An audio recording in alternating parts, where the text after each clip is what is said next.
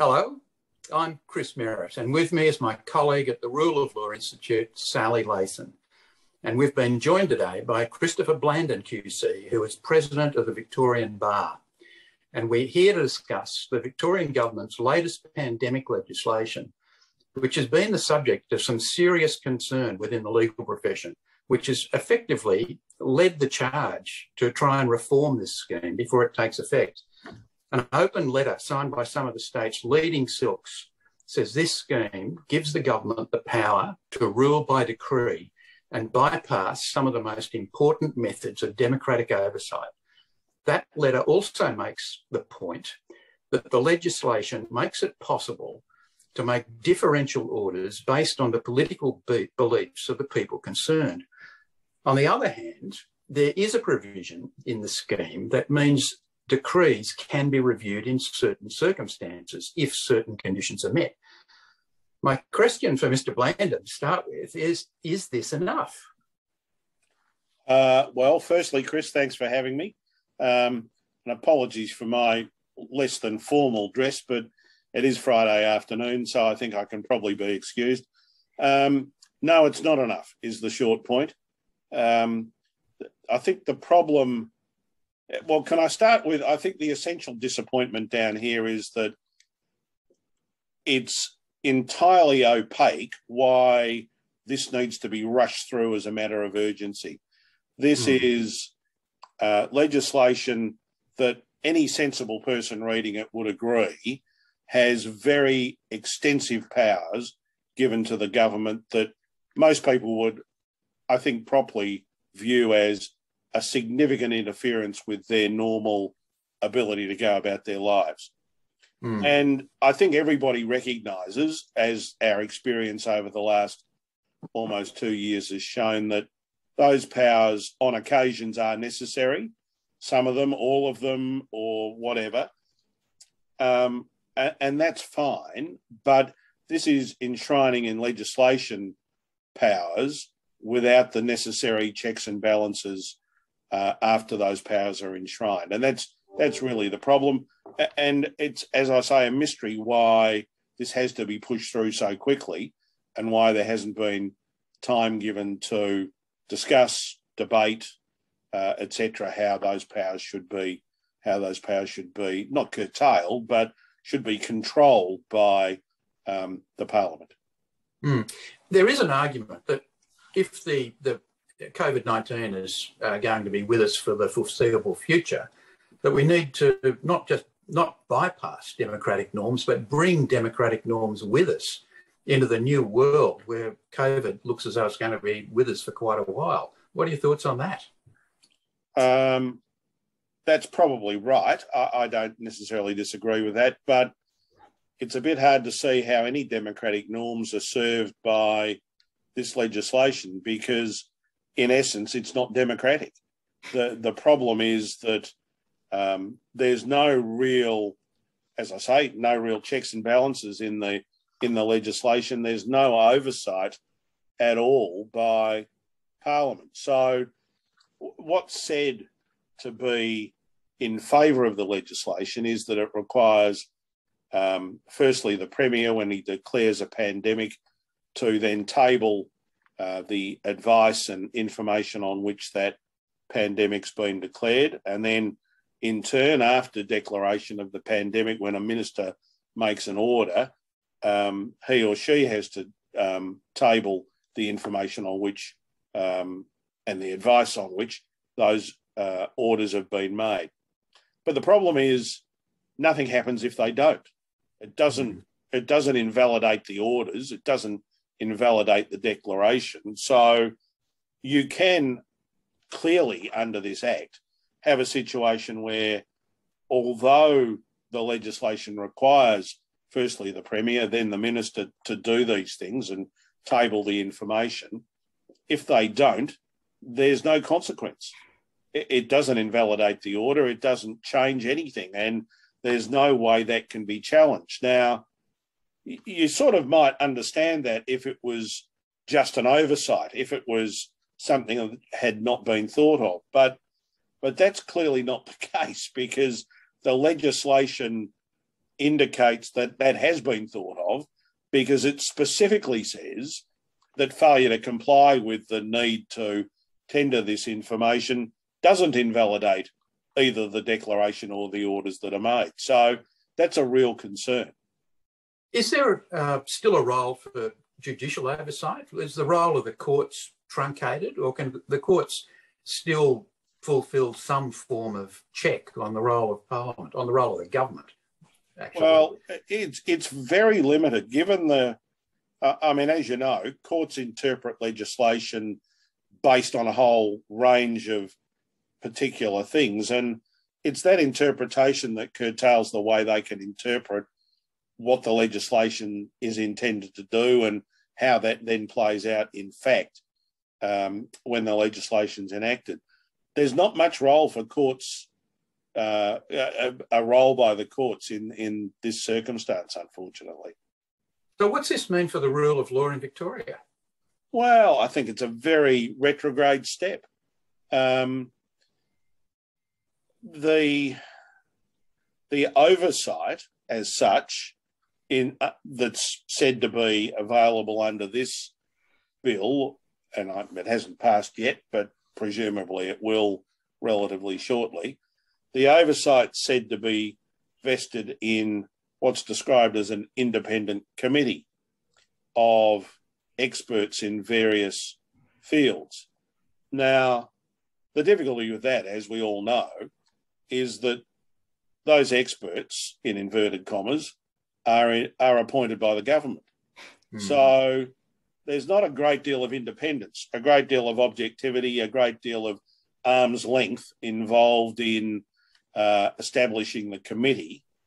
And I know what's been said is that this legislation is not terribly different, or it's modelled on New Zealand, New South Wales legislation, but those jurisdictions have oversight that's performed by a multi-party parliamentary committee, not an appointed executive panel, for want of a better description.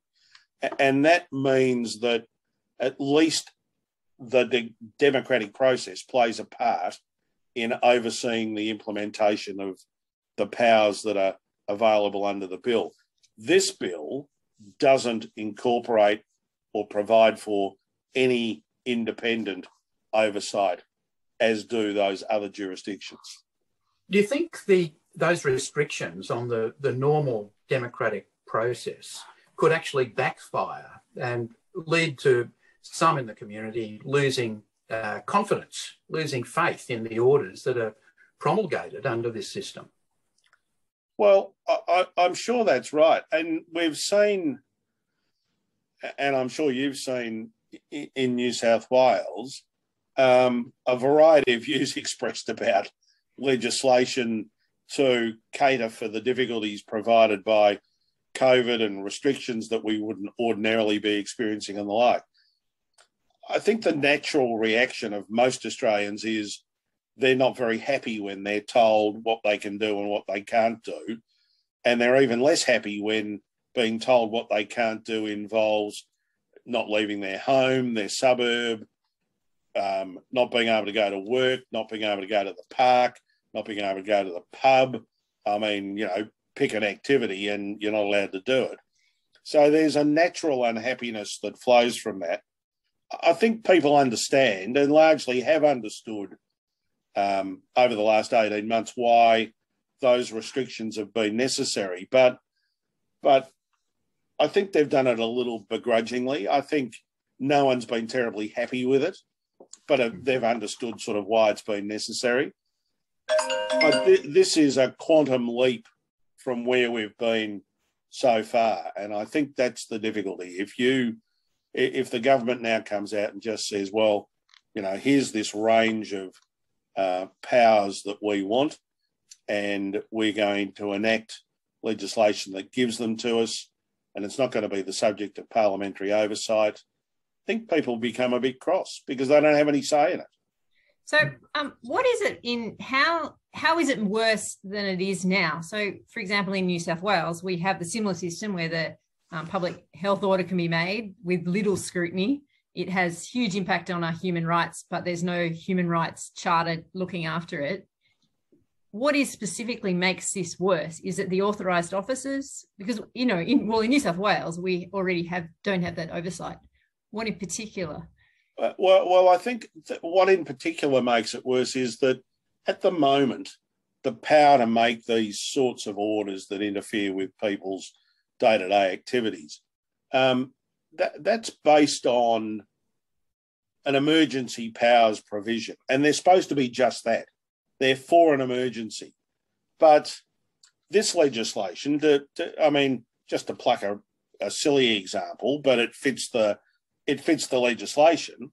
If there was an outbreak of scabies in a nursing home, that would arguably enliven the provisions of this Act, and a pandemic could be declared and orders could be made by the minister and all the rest of it. And that's the difficulty. It's just not confined when you read it to the sort of situation we've been through in the last 18 months, where everybody's appreciated that the declaration of emergency powers is done because it's an emergency.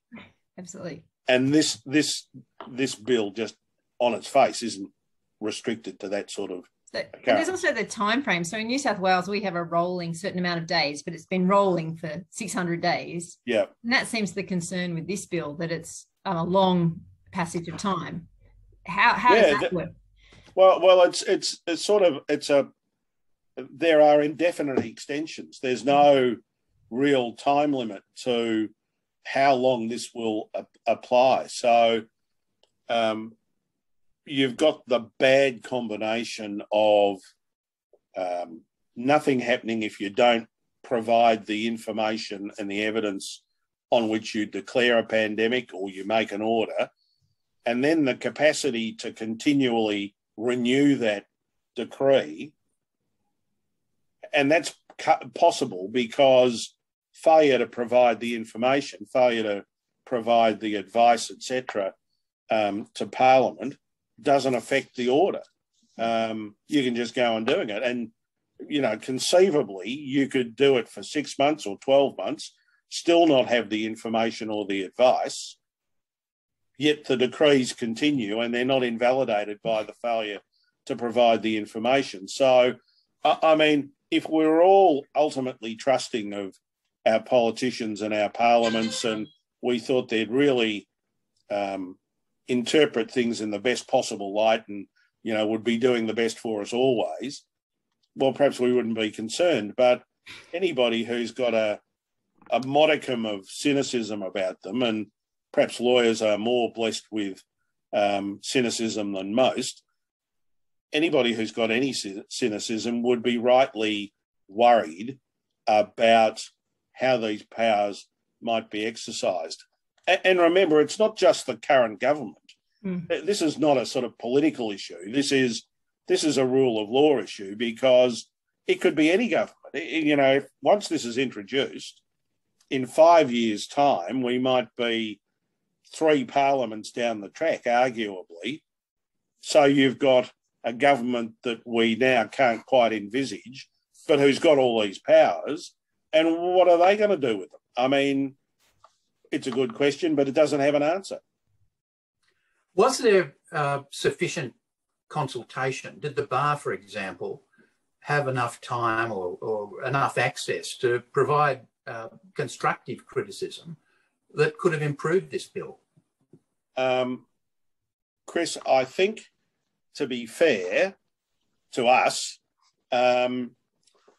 what made us very cross about this bill and the announcement of it and such like was that it was announced with an explanatory sort of memoranda that accompanied it, that asserted that all these various groups and people and organisations had been consulted, and one of those was said to be, as a legal stakeholder, that horrible word, one of them was said to be the Victorian Bar. And that was I have to say, particularly galling for me personally, as well as for the bar, because I was the only one who had had any communication at all about the subject matter of the bill. So just to be clear, the sum total of our communication, which has subsequently been known as consultation, in relation to this bill, went like this. Back in June, I was asked to attend a Teams meeting by the Department of Health down here in Victoria. I can't actually remember how many people were in the meeting. There was no documentation or information provided before the Teams meeting about what we were speaking about, other than the sort of fairly vague assertion that we were talking about pandemic-related stuff and how the Act might be amended. So no information. The discussion was at a super high level of, should this continue to be done by the Chief Health Officer, or should there be some other process for doing it? My recollection, which I have to say is a bit hazy because at the time it didn't appear terribly relevant or terribly important or terribly anything, to be perfectly honest. My recollection is that there was a sort of general view about amongst the perhaps 20 or so people in this 45-minute Teams meeting that it probably wasn't a job for the Chief Health Officer. It should be done by the Parliament or a politician or whoever who was more accountable, not a sort of an unaccountable bureaucrat. That was the sort of general view. That was it. So that was the extent of our consultation. There was clearly no bill in existence at that time. So it was, to say the least, a little surprising to read earlier this week that we'd been consulted in relation to the bill, because the first we saw of it was when we got a copy of the leaked bill. I don't know where it came from, but it was leaked to us as well as various other people on Monday perhaps, or Tuesday. I can't quite remember now, but whatever day it was, we got a copy of it and then had an opportunity to look at it. But officially it wasn't available till the other day, till in fact after it had been announced. The other thing that I found a bit surprising is Victoria is one of the few jurisdictions that has a statutory Charter of Rights. Is the Charter going to be sufficient to ensure that any abuses of human rights would be weeded out? No. The Charter is very much a toothless tiger. It's been shown to be a toothless tiger really since it came in. It doesn't have any great effect. And when you compare what's available or what the Charter says to the powers given under this bill, there's no essential impact by the Charter on the powers given under the bill. The other thing I found a little bit surprising is the relative who's leading the charge on this. It seems that the peak bodies of the legal profession are out there leading the charge, pointing to the problems here. Are you a little bit surprised that the human rights bodies have remained relatively in the background? Well, I'm a bit surprised by that. I feel like one of those people who's sort of been in the front line and said, righto, let's go, and you look back and there's no one much behind you. But yeah, I think it has been surprising. I mean, we try not to comment on public issues, particularly political public issues, because that's a good way for bar associations or legal associations to get themselves into trouble, and I think to marginalise themselves in many ways. We've always viewed this as a rule of law issue, not as a political issue, which is why we've spoken out about it.